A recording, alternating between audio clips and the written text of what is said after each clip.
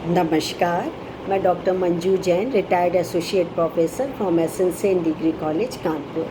मैं पिछले कई महीनों से धर्म मार्ग नामक शीर्षक के अंतर्गत कुछ छोटे छोटे किस्से, कुछ छोटे छोटे अच्छी बातें, कुछ अच्छी अच्छी प्रेरणा देने वाली बातें और साथ में कुछ तथ्यपूर्ण बातें ऐसी होती हैं जो हमारे हृदय तल तक पहुंच जाती हैं और आजीवन फिर हमको इधर उधर भटकने से बचाती हैं। तो ऐसे ही छोटे छोटे प्रसंग और किस्सों को लेकर के मैं वीडियोस बनाती हूं और आप तक शेयर करती हूं। तो इसी श्रृंखला में मैंने एक विषय और चुना है। उस विषय का नाम है, वो शीर्षक है पुण्य का शाश्वत सत्य। पुण्य और पाप होता है ना, कि मतलब जो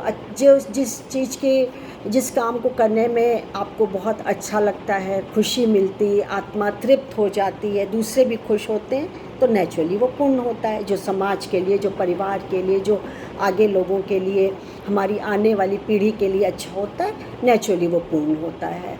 और जिस कर्म से आत्मा का पतन हो वो पाप कहलाता है। जिसकी आत्मा गवाही नहीं देती, बाद में कचोटता है। देखिए, ये सब पाप चीज़ जो है ना, वो क्षणिक तो सुख दे देती हैं, लेकिन बाद में ये अंधकार के गर्त में ही गिराती हैं और पतन निश्चित रूप से होता है। तो हम क्यों ऐसा काम करें? तो इसी कारण से ही हमको हमारे पूर्वजों ने ये बताया कि हमें कहीं ना कहीं आचरण अपना बहुत शुद्ध रखना चाहिए और रखना पड़ता भी है। और इसी धर्म मार्ग पे चल करके ही हम आचरण की शुद्धता को बना के रख सकते हैं। तो इस शीर्षक को, पुण्य का शाश्वत सत्य को, लिखा है डॉक्टर हरिप्रसाद दुबे ने। नमस्कार एवं धन्यवाद हरिप्रसाद दुबे जी कि मैं आपकी बात जन जन तक रख रहे हूँ। चलिए शुरू करते हैं। सद्ज्ञान के अभाव में किया गया कर्म पुण्य के स्थान पर पाप पैदा करता है, तो सभी लोग जानते हैं। पुण्य में पाप की ओर प्रवृत्ति नहीं जाती है। हृदयहीनता से पाप जन्मता और बढ़ता है। हमारे जिस कर्म के परिणाम स्वरूप हमारा और दूसरों का हित होता है वही पुण्य है, जिसकी बात हम लोग अभी चर्चा कर रहे थे। और जिससे हमारा और दूसरों का अहित होता है वो पाप होता है। माँ का बच्चों को डांटना, गुरु का शिष्य पर शासन करना, दोनों कर्म बड़े कठोर प्रतीत होते हैं, पर उसके परिणाम में बच्चे और शिष्य का हित होता है। माँ जो कि डांटती या मारती है तो उसमें बच्चे का हित, आजीवन हित छुपा रहता है। ऐसी गुरु भी है, यदि बार बार सिखाता है और बार बार कहता है नहीं गलत है या डांट देता है, तो इसमें शिष्य का फायदा है, गुरु का नहीं है। इसमें माता गुरु का हित निश्चित है। शाश्वत सत्य है कि जिस कर्म से दूसरे का हित होगा उससे हमारा अहित असंभव है। कर्म करते समय जहाँ हम अपने लघु स्वार्थ की सीमा में आबद्ध होकर दूसरे का हित भूल जाते हैं, वही कर्म पुण्य लगता है और लगता हुआ भी पाप हो जाता है। इस स्थिति में 3 तरह की वृत्तियाँ रहती हैं। पहला क्या है? दूसरे का हित हो यह तो ठीक है, परंतु न होने पर हम क्या करें? हमें अपना हित देखना है। दूसरी पहली वृत्ति से बिल्कुल अलग है। क्या? हमारी क्रिया से दूसरे का अहित और अपना हित होता है। और तीसरी वृत्ति इससे बिल्कुल अलग है, बिल्कुल भिन्न है। वो क्या है? कि हमें दूसरों का अहित करने में अपना हित लगता है। कहते हैं ना, जिसका पड़ोसी दुखी वो सबसे बड़ा सुखी है ना। तो दूसरों का अहित हो तो हमें चैन मिलता है, लेकिन ये नहीं करना चाहिए।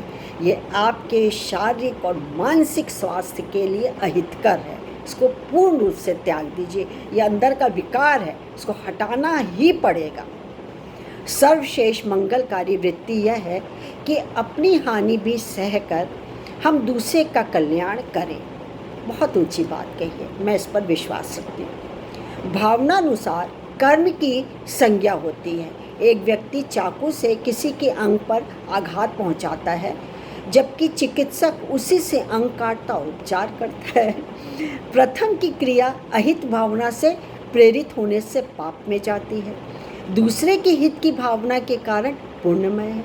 भी हम किसी को फांसी देंगे तो हत्या होगी, लेकिन जल्लाद का तो कर्म है, वो देता है तो उसको कर्म मिलता है, उसका कर्म है, उसके पारिश्रमिक भी मिलता है। तुलसीदास जी कहते हैं, परहित सरिस धर्म नहीं भाई, पर पीड़ा सम नहीं अधमाई, परहित बस जिनके मन माही, तिन कह जग दुर्लभ कछु नाही। जिन कर्मों को छिपाकर किया जाता है वही पाप है, जिस कर्म में आत्मा का पतन हो वही पाप है।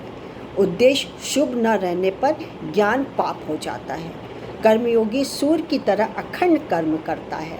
पाप पहले सुखदायक लगता है, परंतु बाद में भयानक दुखों के समुद्र में गिरा देता है। वचन देकर उसका पालन न करने वाले विश्वास पात्र न बनने के साथ ही पाप के अधिकारी बनते हैं।